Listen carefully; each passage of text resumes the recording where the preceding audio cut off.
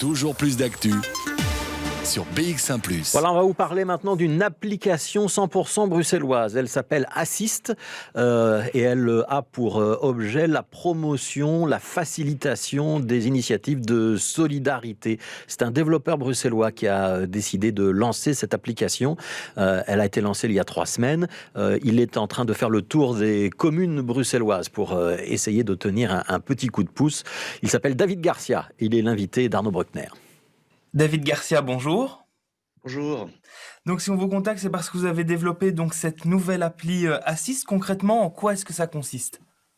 Alors Assist, avant toute chose, c'est vraiment de l'entraide. C'est une application d'entraide géolocalisée au niveau local. C'est-à-dire qu'un individu qui aurait besoin d'un coup de main, quelconque besoin du quotidien, crée une requête et sont automatiquement notifiés les utilisateurs qui sont dans la même zone géographique que lui. Donc ça fonctionne sur la base de la géolocalisation, c'est-à-dire que ça peut fonctionner tant à domicile qu'à l'extérieur. Et c'est potentiellement utilisable dans le monde entier pour tenter qu'il y ait des utilisateurs dans la zone géographique dans laquelle on se trouve. Voilà. L'app, elle est gratuite. Est-ce que les services qui sont proposés dessus le sont aussi ? L'entraide est complètement gratuite. Il y a aussi un service d'annonce complémentaire qui lui aussi est en grande partie gratuit. Alors, il y aura à l'avenir, ce n'est pas encore le cas à l'heure actuelle, il y aura à l'avenir des annonces promotionnelles qui seront aussi permises, mais qui là par contre seront payantes pour essayer de rentrer un peu dans les frais par rapport à tous les autres services du site. Ce genre d'application, ça n'existait pas encore à Bruxelles ? C'est-à-dire qu'à Bruxelles, comme en Belgique, comme je suppose dans d'autres pays du monde, ça existe déjà. Moi, ce que j'ai essayé de faire, c'est vraiment révolutionner un concept, d'essayer de le replacer au goût du jour, d'essayer d'en faire quelque chose de plus moderne, de plus attractif, de plus simple à utiliser, de plus flexible. J'espère avoir atteint ces objectifs parce que le but est vraiment de démocratiser ce concept d'entraide, d'en faire quelque chose qui va vraiment plus loin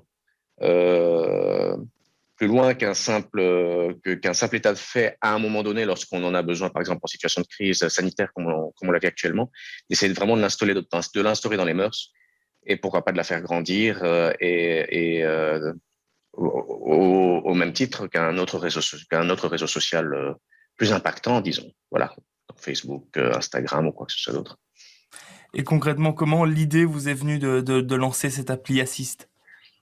Mais écoutez, c'est une idée que j'ai eue et que je pense que d'autres ont eue parce que j'ai eu l'occasion de la discuter avec mes amis.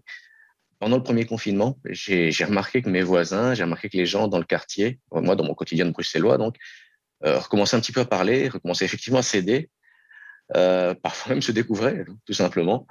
C'est quelque chose qui m'a plu. C'est quelque chose qui m'a plu parce que bon, dans habitant de grande ville, c'est quelque chose qui n'est pas forcément évident. Plus les années passent, d'avoir vraiment ce contact, de pouvoir même ne serait-ce que connaître ses voisins, de pouvoir échanger avec eux. C'est quelque chose qui m'a plu et je me suis dit que dans tout ce qu'on peut vivre de négatif, il y avait peut-être quelque chose de positif à en retirer. Et ayant les capacités de faire quelque chose par rapport à cet état de fait, je me suis dit que je pouvais peut-être me lancer, essayer de faire quelque chose, de créer quelque chose. Voilà. Oui, on a vu beaucoup d'initiatives de solidarité durant la crise, d'initiatives d'entraide. Est-ce que finalement le but de votre appli, c'est d'être un catalyseur pour cette aide, cette solidarité qui a pu se créer après post-Covid finalement ? Je pense que le mot catalyseur est parfaitement utilisé dans le contexte. C'est vraiment ça. C'est vraiment en tirer parti de ce qui était de cet état de fait pour essayer vraiment de le démocratiser et peut-être de lui donner un avenir à long terme. C'est vraiment ça. Et encore une fois, le fait que ce soit une application relativement simple d'utilisation permet vraiment de s'inscrire dans l'avenir, de s'inscrire dans quelque chose qui puisse, espérons-le, perdurer. Et donc vous disiez simple d'utilisation. Concrètement, comment est-ce que ça fonctionne ? Quelqu'un qui s'inscrit, voit des annonces. Quand on ouvre l'appli, comment ça se passe ? Alors, quand on ouvre l'appli, la première chose qu'on voit, c'est les annonces qui ont été publiées dans son environnement. C'est vraiment ça. Alors, s'il n'y en a aucune, vous en verrez aucune. Tant mieux, c'est que tout va bien.